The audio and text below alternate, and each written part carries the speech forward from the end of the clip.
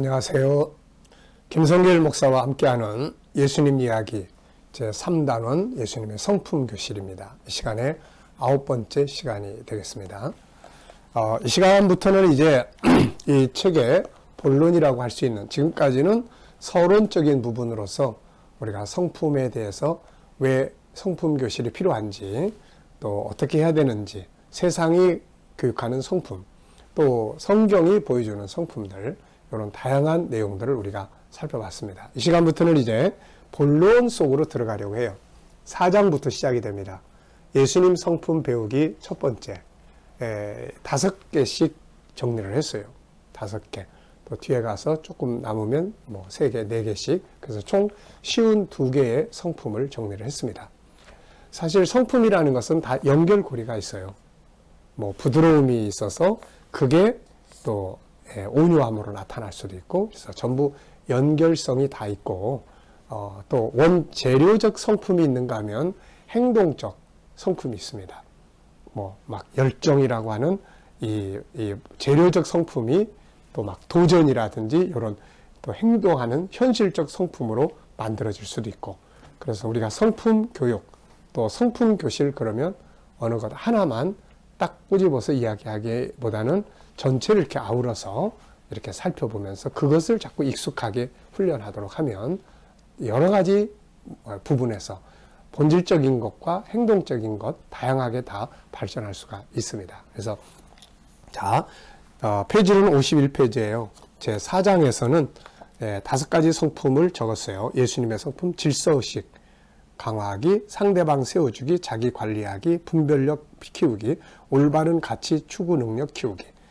이렇게 해서 5가지의 중요한 성품을 여기서 이제 다루게 됩니다. 그 중에 이 시간에는 첫 번째로 질서의식 강화하기예요. 자, 여러분, 질서 그러면 어떤 생각이 드십니까? 막 얽매이다 이런 생각이 듭니까? 편하다 이런 생각이 듭니까? 사실 우리 또 하나님의 사람들이 살아가면서 세상 앞에 더욱더 잘해야 될 것이 바로 질서의식이에요. 자, 그러면은 한번 우리 살펴보겠습니다. 자, 51페이지. 예수님의 성품은 범위가 넓지만 그 중에서 52개를 정리하여 훈련하고자 한다. 이 내용은 그분의 사역과 그분의 말씀 속에 나타나고 있는 중요한 부분들을 정리한 것이다. 52개로 정한 것은 한 주에 한 가지씩 익히고 실천하기 위함이다. 52 성품 속에는 일반적으로 사회에서 교육하고 있는 성품들은 모두 담겨 있고 더욱 폭넓게 정리가 되어 있습니다. 우리가 이 성품들을 항상 익히고 실천해 간다면 우리의 삶은 놀라운 행복과 성공을 가져오게 될 것입니다. 이 성품이 노래로도 만들어져서 부를 수 있고 항상 이렇게 익숙해질 수 있다면, 이 성품이 쉬운 2개의 성품이 스마트폰에서 항상 만날 수 있다면 참 정말 어떤 일들이 벌어질까요?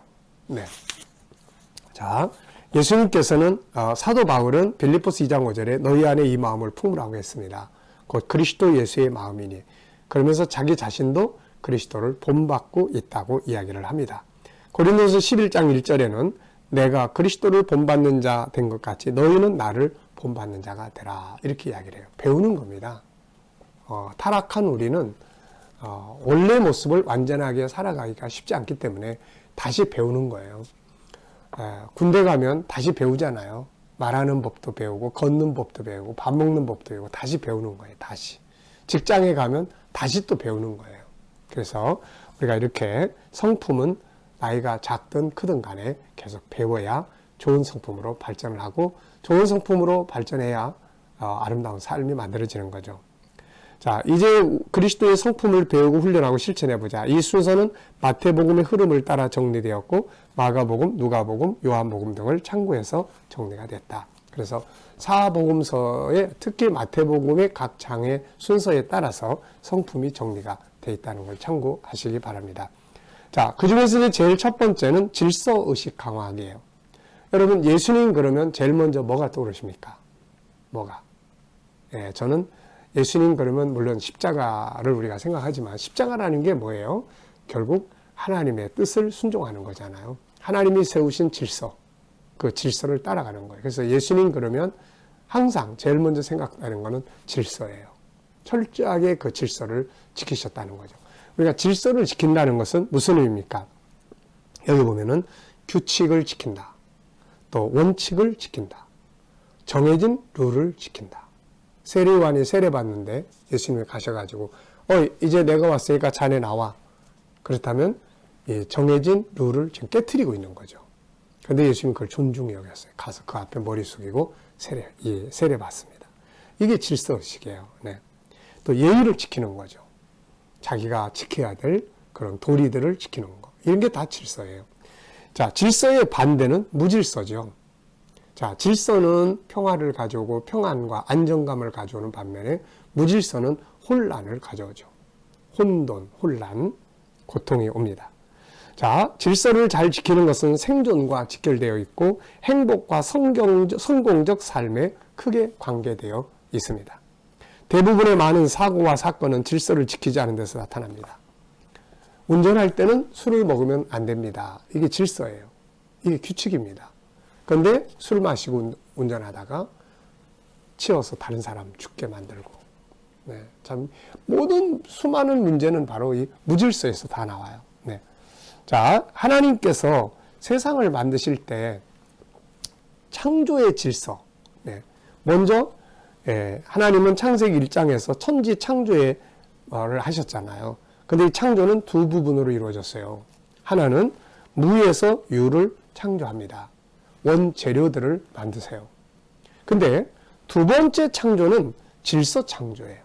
하늘에 있는 것은 하늘에 있게 하시고 땅에 있는 건 땅에 있게 하시고 물속에 있는 것은 물속에 있게 하시고 먼저 빛이 비추게 하시고 뭐 이런 질서 창조예요. 이게 질서 창조.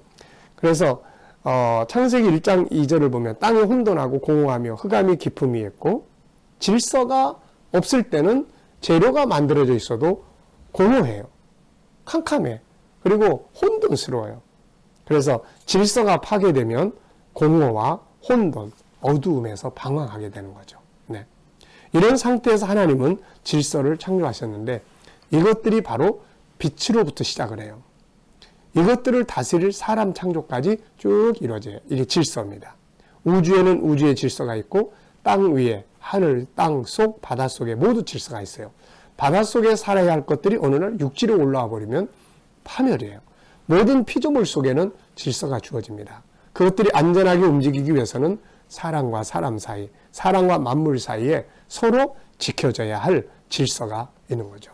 그래서 에레미야 33장 25절에는 여호와께서 이와 같이 말씀하시니라. 내가 주야와 맺은 언약이 없다든지 천지의 법칙을 내가 정하지 않았다면, 천지가 움직이게 하는 법칙, 룰, 원칙, 질서가 있는 거죠. 이 달이 지구를 중심해서 이렇게 돌다가 어느 날 야, 나 싫어 그러고 떠나버리면 이거 안 되잖아요. 네. 시편 74편 17절에 보면은 주께서 땅의 경계를 정하시며 여름과 겨울을 만드셨고 또 104편 9절에 보면 물의 경계를 정하여 넘치지 못하게 하셨어요. 19절에는 달로 절기를 정하시며, 네, 이렇게 다 질서예요. 이 질서들이 지켜질 때 창세기 1장 31절처럼 보기에 좋은 세상, 행복한 세상이 이루어지는 거죠. 질서가 무너지면 혼돈과 파괴가 옵니다. 결국 붕괴가 오고 파멸이 와요. 개인도, 가정도, 사회도, 나라도 다 그렇게 되는 거죠. 그래서 우리가 이 행복의 보물인 질서, 아주 예수님의 성품 중에서 가장 중요한 건 질서 의식이 굉장히 중요하게 자리 잡고 있다는 것입니다. 가정에서, 학교, 직장, 사회에서 이런 질서 파괴와 혼란이 너무 많이 일어나고 있죠. 그래서 이런 것들을 혼란이, 질서가 파괴되니까 혼란이 오게 되는 거예요. 네. 자, 그래서 우리가 이런 질서 의식을 굉장히 강화시키는 훈련이 필요합니다. 자, 두 번째 예수님의 창조 질서 의식을 보면 예수님이 세상에 오셔서 보여주신 가장 중요한 건 질서를 지키는 삶이었어요. 앞서 말씀드린 것처럼 세례 요한에게 오셔서 사람 앞에서 세례를 받으심으로 하나님이 세우신 질서를 지켜주셨죠. 문둥병자를 고치신 후에는 구약의 법대로 제사장에 가서 몸을 보이라고 하셨습니다. 성전세를 내야 될 때 그분은 성전에 세를 내시게 했죠. 로마 법 아래 재판을 받으심으로 하나님이 세운 질서를 지킵니다. 항상 아버지와의 관계를 가장 먼저 가지심으로 창조의 질서를 지켰고 버림받은 인간의 가치를 회복시킴으로 창조의 질서를 회복시켜 갔던 거예요. 그래서 마태복음 5장 17절에 보면은 내가 율법이나 선자를 폐하러 온 줄로 생각하지 말라. 폐하러 온 게 아니라 온전하게 하려 함이라. 네, 우리가 세우신 질서, 이걸 잘 지키는 것이 행복과 성공의 비결입니다. 마귀의 특징은 질서를 파괴시켜버리는 거예요. 피조물이 조물주의 자리로 올라가려고 하는 질서를 파괴시키는 거예요. 그래서 사탄의 이름의 뜻이 뭐냐면은 파괴자예요. 대적하는 자, 회방하는 자, 파괴자입니다. 네. 자, 오늘 우리의 현실을 보면 어떻습니까? 우리의 가정, 사회 속에 지켜야 될 질서들이 많죠. 그런데 이런 질서들이 가만 보면 깨져서 혼돈을 가져와요. 이 결과로 고통과 괴로움을 갖게 됩니다. 여러 가지 많은 문제가 있다. 상담을 하다 보면 알고 보면 질서가 깨져 있어요.